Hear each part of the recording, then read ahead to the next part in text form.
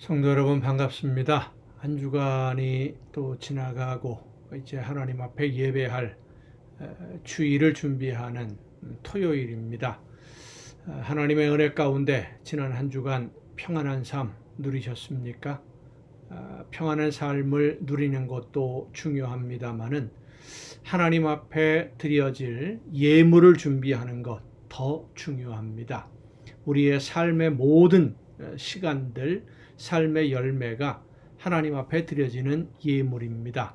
거룩한 산 제물로 하나님 앞에 드려질 수 있기 위해서 이 시간 다시 한번 우리 자신을 돌아보고 기도하며 말씀을 묵상하고 예배를 준비하는 이 시간이 될 수 있기를 간절히 바랍니다. 오늘 우리가 함께 은혜를 나눌 본문 말씀 마태복음 10장입니다. 신약성경 마태복음 10장 32절, 33절을 봉독합니다. 마태복음 10장 32절, 33절입니다. 누구든지 사람 앞에서 나를 시인하면 나도 하늘에 계신 내 아버지 앞에서 그를 시인할 것이요 누구든지 사람 앞에서 나를 부인하면 나도 하늘에 계신 내 아버지 앞에서 그를 부인하리라. 아멘. 오늘 본문은 우리에게 아주 중요한 한 가지 가르침을 말씀해 주고 있습니다. 하나님 앞에서 우리가 심판받을 때 예수님이 모른다라고 하실 수도 있다는 겁니다. 우리가 예수님을 아느냐 하는 것이 중요한 것이 아닙니다. 예수님이 나를 안다고 인정해 주시느냐 하는 것이 중요한 겁니다. 왜냐하면 마지막 심판 때에는 하나님이 우리의 말을, 변명을 듣기보다는 예수님의 말씀을 듣고 예수님의 말에 따라서 판단하실 것이기 때문입니다. 우리는 이미 죄악으로 더럽혀져 있고 더러운 죄에 물들어 있기 때문에 우리의 말은 진실이라고 인정할 수가 없게 되는 것이고요.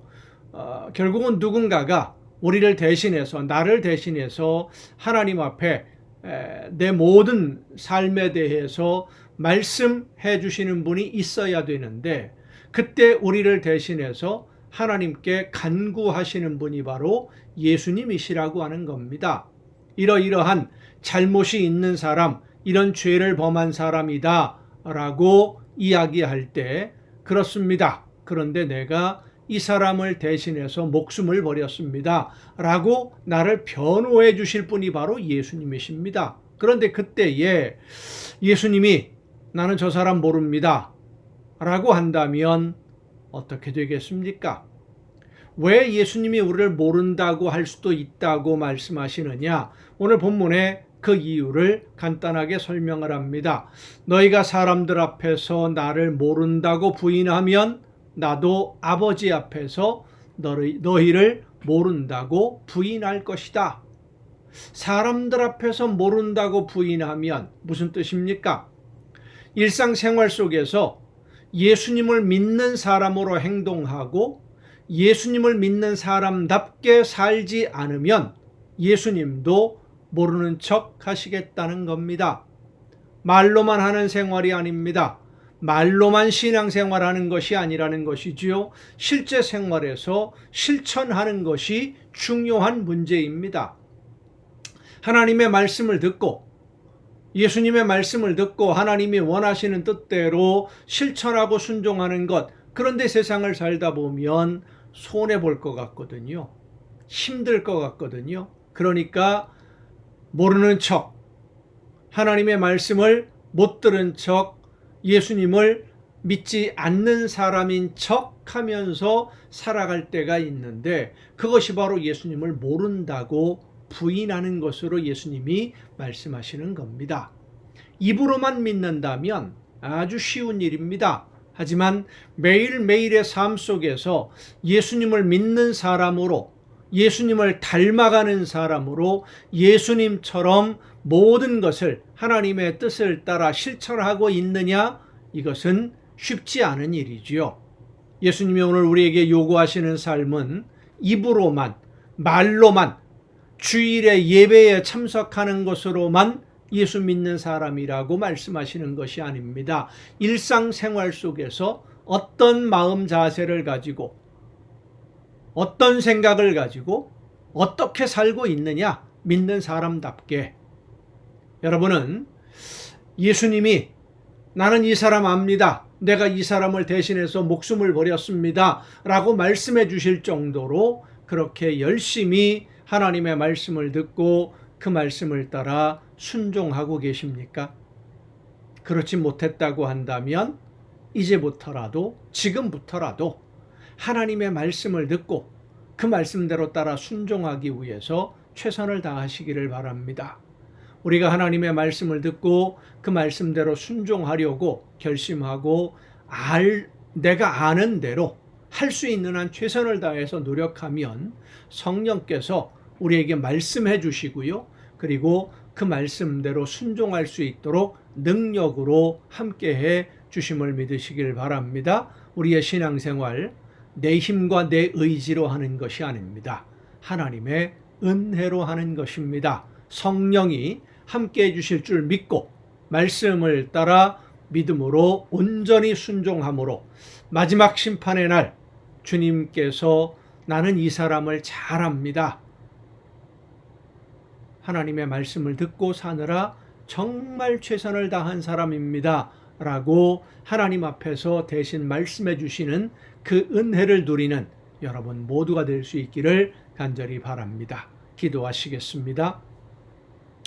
크신 사랑으로 연약한 저희들의 삶을 인도하시며 성령의 능력과 권능으로 붙들어 주시는 아버지 하나님, 마지막 심판의 날에 하나님 앞에서 외면당하는 세상에서 가장 불쌍한 사람이 되지 아니하도록 오늘 나에게 말씀해 주시는 하나님의 음성을 듣고 성령의 역사하심을 따라 믿음으로 순종하되 하나님이 원하시는 뜻대로 온전히 순종함으로써 세상 모든 사람들에게 하나님의 영광을 드높이는 예수님을 전하는 우리 모두가 되게 하여 주시옵소서. 이 모든 말씀을 예수님의 이름으로 기도하옵나이다. 아멘.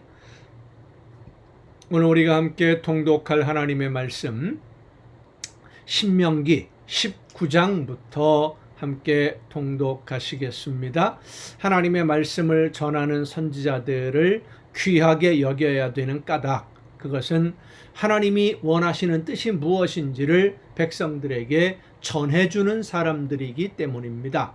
사람들은 하나님의 말씀을 알고는 있지만 자신의 삶의 상황에 따라서 골라서 선택을 하게 돼요.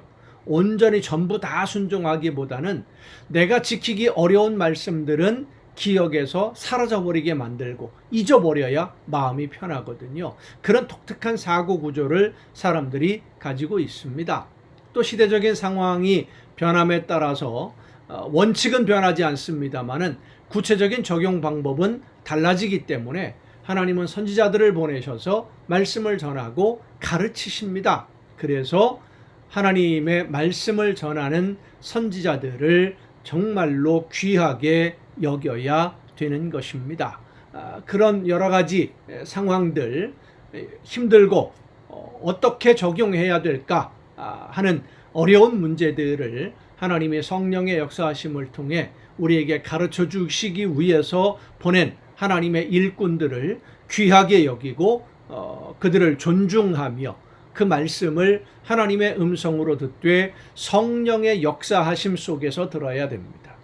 사람의 말을 들으면 절대로 안 된다는 것 제가 누누이 말씀드립니다. 사람의 말 듣지 말고 하나님의 음성을 성령의 역사하심을 통해 들으실 수 있기를 바랍니다. 근데 우리가 통독할 말씀 중에 아주 특별한 규정이 한 가지가 있어요. 뭐냐면 도피성에 관한 말씀도 있고 전쟁에 관한 말씀이 있는데, 전쟁에 참여해야 될 군사들 중에 두려워하는 사람은 집으로 돌려보내라 라고 말씀을 합니다. 여러분, 전쟁이 두렵지 않은 사람이 있을까요? 하지만 하나님의 백성인 이스라엘의 전쟁은 하나님이 개입하시는 전쟁이라는 것을 믿는다면, 그래서 하나님이 함께 하시는 싸움이라는 것을 믿는다면 두려울 것이 없습니다. 두렵다라고 하는 것은, 이스라엘 백성 중에 전쟁이 두렵다라고 하는 것은 하나님을 믿지 않기 때문이고, 하나님을 믿지 않는 이런 불신앙은 공동체를 오염시켜서 역효과를 내기 때문에, 이 공동체를 오염시키는 불신앙은요, 전염이 아주 빠릅니다. 금방 퍼져버려요. 하나님의 말씀을 믿고 싸움에 나가려고 하던 사람들이 두려웠던 한두 사람 때문에 분위기가 갑자기 바뀌어버리는 경우도 있거든요. 오늘 우리 신앙생활에도 마찬가지입니다. 하나님이 원하시는 뜻대로 어떤 일들을 감당하고 교회에서 서로 힘을 모아서 하나님이 기뻐하시는 일 열심히 한번 해봅시다 라고 의견을 모으는 중에 한 사람이, 근데 그거 해봐야 뭐해? 뭐 하다가 뭐 잘못되면 어떡해? 이런 어려움이 있는데 이런 힘든 일은 누가 할 거야? 이런 식으로 비판적으로 좀 부정적으로 한두 사람 한 번만 얘기하면은요, 분위기가 싸늘하게 식어버려요. 그런 사람들 어떻게 하라 그랬습니까? 집으로 가라. 전쟁에 참여하는 게 두려우면 집에 가라. 그냥 숫자 채우는 게 중요한 게 아니니까. 하나님의 능력과 약속을 믿지 않는 사람은 하나님의 역사하심에 동참할 자격이 없으니까. 그러니까 그냥 그렇다고 이스라엘 민족에게서 완전히 빠져나가라는 게 아니죠. 그 전쟁에 참여하지 말아라. 함께 하지 않아도 좋으니까 분위기를 흐리지 말라는 얘기죠. 오늘 우리의 신앙생활에서도 이런 모습들을 좀 주의 깊게 봐야 될 것 같습니다. 우리가 성경을 읽는 것은 이 말씀들 속에서 이스라엘 백성들이 겪었던 역사적인 경험들 속에서 오늘 내가 하나님의 나라를 향해서 하나님이 원하시는 뜻을 이루는 하나님의 나라 백성으로서 어떻게 살 것인지, 오늘 현실 속에서 어떻게 적용할 것인지를 들어야 하기 때문에 우리가 이 성경을 읽는 거거든요. 성경을 읽으면서 오늘 나에게 적용할 하나님의 말씀, 그 음성을 들을 수 있기를 바랍니다. 자, 19장 도피성에 관한 규정입니다. 네 하나님 여호와께서 이 여러 민족을 멸절하시고 네 하나님 여호와께서 그 땅을 내게 주심으로 내가 그것을 받고 그들의 성읍과 가옥에 거주할 때에 네 하나님 여호와께서 내게 기업으로 주신 땅 가운데에서 세 성읍을 너를 위하여 구별하고, 요단강 동편의 세 성읍, 요단강 서편의 세 성읍입니다. 양쪽에 나누어서, 왜냐하면 강을 건너다가 목숨을 잃는 그런 일이 벌어질 수도 있기 때문이죠. 네 하나님 여호와께서 내게 기업으로 주시는 땅 전체를 세 구역으로 나누어 길을 닫고 모든 살인자를 그 성읍으로 도피하게 하라. 살인자가 그리로 도피하여 살만한 경우는 이러하니 곧 누구든지 본래 원한이 없이 부지중에 그의 이웃을 죽인 일, 그러니까 이것을 재판을 통해서 확인을 한 다음에 정말로 실수라고 한다면 도피성에서 보호해 주라는 겁니다. 그런데 실수가 아니라 일부러 죽여놓고 도피성으로 도망가면 재판을 통해서 벌을 해야 되는 거예요. 가령 사람이 그 이웃과 함께 벌목하러 삼림에 들어가서 손에 도끼를 들고 벌목하려고 찍을 때에 도끼가 자루에서 빠져 그의 이웃을 맞춰 그를 죽게 함과 같은 것이라. 이런 사람은 그 성읍 중 하나로 도피하여 생명을 보존할 것이니라. 그 사람이 그에게 본래 원한이 없으니 죽이기에 합당하지 아니하나 두렵건대 그 피를 보복하는 자의 마음이 복수심에 불타서 살인자를 뒤쫓는데 그 가는 길이 멀면 그를 따라잡아 죽일까 하노라. 그러므로 내가 네게 명령하기를 새 성읍을 너를 위하여 구별하라 하노라. 네 하나님 여호와께서 네 조상들에게 맹세하신 대로 내 지경을 넓혀 내 조상들에게 주리라고 말씀하신 땅을 다 내게 주실 때 또 너희가 오늘 내가 너희에게 명하는 이 모든 명령을 지켜 행하여 네 하나님 여호와를 사랑하고 항상 그의 길로 행할 때에는 이 셋 외에 새 성읍을 더하여 네 하나님 여호와께서 네게 기업으로 주시는 땅에서 무죄한 피를 흘리지 말라. 이같이 하면 그의 피가 내게로 돌아가지 아니하리라. 그러나 만일 어떤 사람이 그의 이웃을 미워하여 엎드려 그를 기다리다가 일어나 상처를 입혀 죽게 하고 이 한 성읍으로 도피하면, 그러니까 고의로 계획적으로 죽이고 도피성으로 도망을 가면 그 본 성읍 장로들이 사람을 보내어 그를 거기서 잡아다가 보복자의 손에 넘겨 죽이게 할 것이라. 내 눈이 그를 긍휼히 여기지 말고 무죄한 피를 흘린 죄를 이스라엘에서 제하라. 그리하면 네게 복이 있으리라.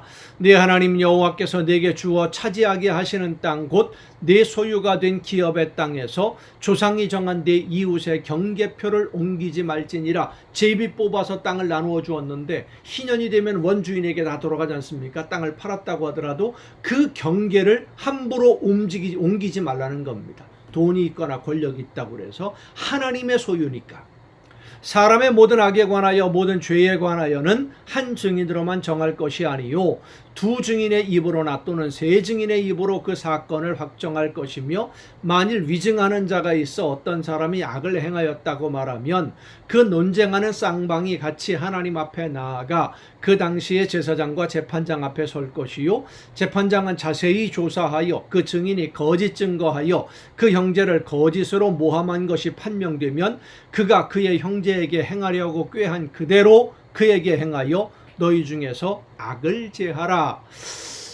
참 이런 법은 오늘날에도 필요한 것 같아요. 그러니까 뭐 이렇게 설명할 수 있겠죠.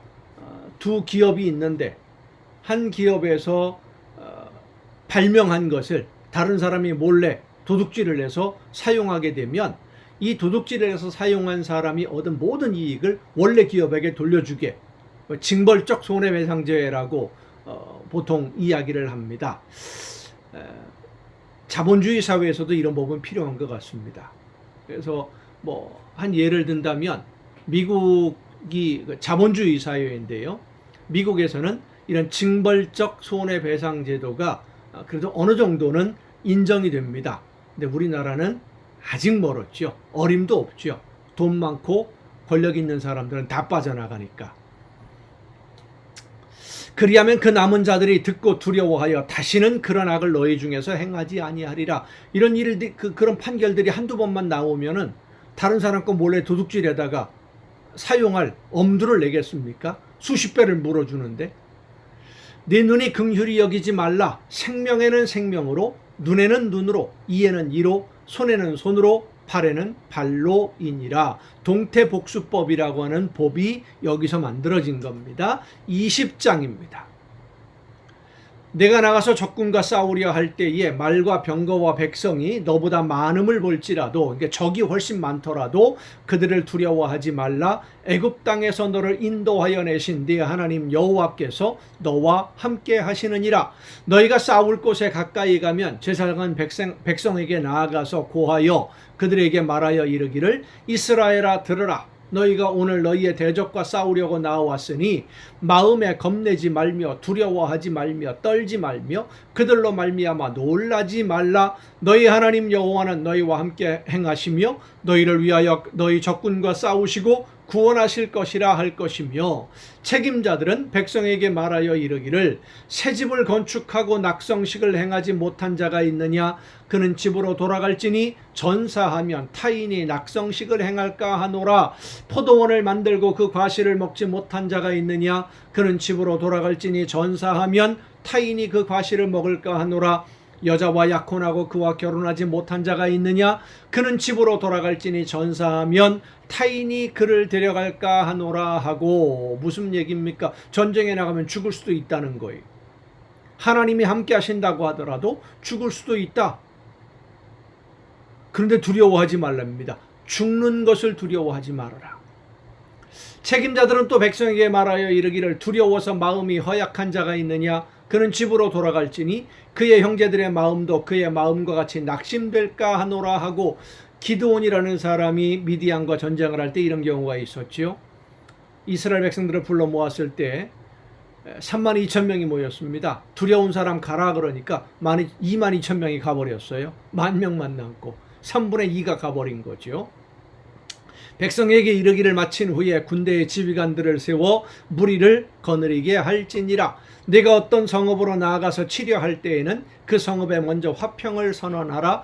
그 성읍이 만일 화평하기로 회답하고 너를 향하여 성문을 열거든 그 모든 주민들에게 네게 조공을 바치고 너를 섬기게 할 것이요, 만일 너와 화평하기를 거부하고 너를 대적하여 싸우려 하거든 너는 그 성읍을 에워쌀 것이며 네 하나님 여호와께서 그 성읍을 내 손에 넘기시거든 너는 칼날로 그 안에 남자를 다 쳐 죽이고 너는 오직 여자들과 유아들과 가축들과 성읍 가운데 있는 모든 것을 너를 위하여 탈취물로 삼을 것이며 너는 네 하나님 여호와께서 내게 주신 적군에게서 빼앗은 것을 먹을지니라. 내가 내게서 멀리 떠난 성읍들 곧 이 민족들에게 속하지 아니한 성읍들에게는 이같이 행하려니와 오직 네 하나님 여호와께서 내게 기업으로 주시는 이 민족들의 성읍에서는, 그러니까 가나안 땅 안에서의 성읍들은 호흡 있는 자를 하나도 살리지 말지니 곧 헷 족속과 아모리 족속과 가나안 족속과 브리스 족속과 히위 족속과 여부스 족속을 내가 진멸하되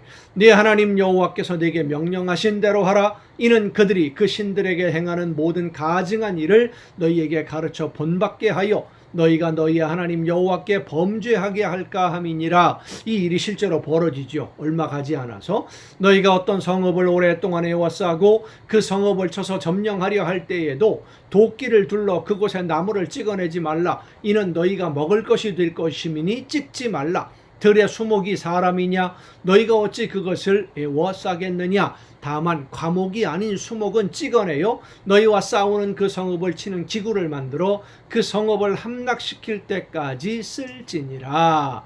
21장입니다. 네 하나님 여호와께서 내게 주어 차지하게 하신 땅에서 피살된 시체가 들에 엎드러진 것을 발견하고 그 쳐 죽인 자가 누구인지 알지 못하거든 너희의 장로들과 재판장들은 나가서 그 피살된 곳의 사방에 있는 성읍의 원근을 잴 것이요, 그 피살된 곳에서 제일 가까운 성읍의 장로들이 그 성읍에서 아직 부리지 아니하고 멍에를 매지 아니한 암송아지를 취하여 그 성읍의 장로들이 물이 항상 흐르고 갈지도 않고 씨를 뿌린 일도 없는 골짜기로 그 송아지를 끌고 가서 그 골짜기에서 그 송아지의 목을 꺾을 것이요. 그러니까 누가 죽였는지 모르지만 목숨 잃은 시체를 발견하게 되면 대속의 제물로 송아지를 잡으라는 겁니다. 레위 자손 제사장들도 그리로 갈지니 그들은 네 하나님 여호와께서 택하사 자기를 섬기게 하시며 또 여호와의 이름으로 축복하게 하신 자라. 모든 소송과 모든 투쟁이 그들의 말대로 판결될 것이니라. 그 피살된 곳에서 제일 가까운 성읍의 모든 장로들은 그 골짜기에서 목을 꺾은 암송아지 위에 손을 씻으며 말하기를 우리의 손이 이 피를 흘리지 아니하였고 우리의 눈이 이것을 보지도 못하였나이다. 여호와여, 주께서 속량하신 주의 백성 이스라엘을 사하시고 무죄한 피를 주의 백성 이스라엘 중에 머물러 두지 마옵소서 하면 그 피 흘린 죄가 사함을 받으리니 너는 이와 같이 여호와께서 보시기에 정직한 일을 행하여 무죄한 자의 피 흘린 죄를 너희 중에서 제할지니라. 내가 나가서 적군과 싸울 때에 내 하나님 여호와께서 그들을 내 손에 넘기심으로 내가 그들을 사로잡은 후에 내가 만일 그 포로 중에 아리따운 여자를 보고 그에게 연연하여 아내를 삼고자 하거든 그를 네 집으로 데려갈 것이요, 그는 그 머리를 밀고 손톱을 베고 또 포로의 의복을 벗고 네 집에 살며 그 부모를 위하여 한 달 동안 애곡한 후에 내가 그에게로 들어가서 그의 남편이 되고 그는 네 아내가 될 것이요, 그 후에 내가 그를 기뻐하지 아니하거든 그의 마음대로 가게 하고 결코 돈을 받고 팔지 말지라. 내가 그를 욕보여 쓴즉 종으로 여기지 말지니라. 어떤 사람이 두 아내를 두었는데 하나는 사랑을 받고 하나는 미움을 받다가 그 사랑을 받는 자와 미움을 받는 자가 둘 다 아들을 낳았다 하자 그 미움을 받는 자의 아들이 장자이면 자기의 소유를 그의 아들들에게 기업으로 나누는 날에 그 사랑을 받는 자의 아들을 장자로 삼아 참 장자 곧 미움을 받는 자의 아들보다 앞세우지 말고 감정 때문에, 정 때문에 서열 바꾸지 말라는 겁니다. 반드시 그 미움을 받는 자의 아들을 장자로 인정하여 자기의 소유에서 그에게는 두 몫을 줄 것이니 그는 자기의 기력의 시작이라 장자의 권리가 그에게 있음이니라. 사람에게 완악하고 패역한 아들이 있어 그의 아버지의 말이나 그 어머니의 말을 순종하지 아니하고 부모가 징계하여도 순종하지 아니하거든 그의 부모가 그를 끌고 성문에 이르러 그 성읍 장로들에게 나아가서 그 성읍 장로들에게 말하기를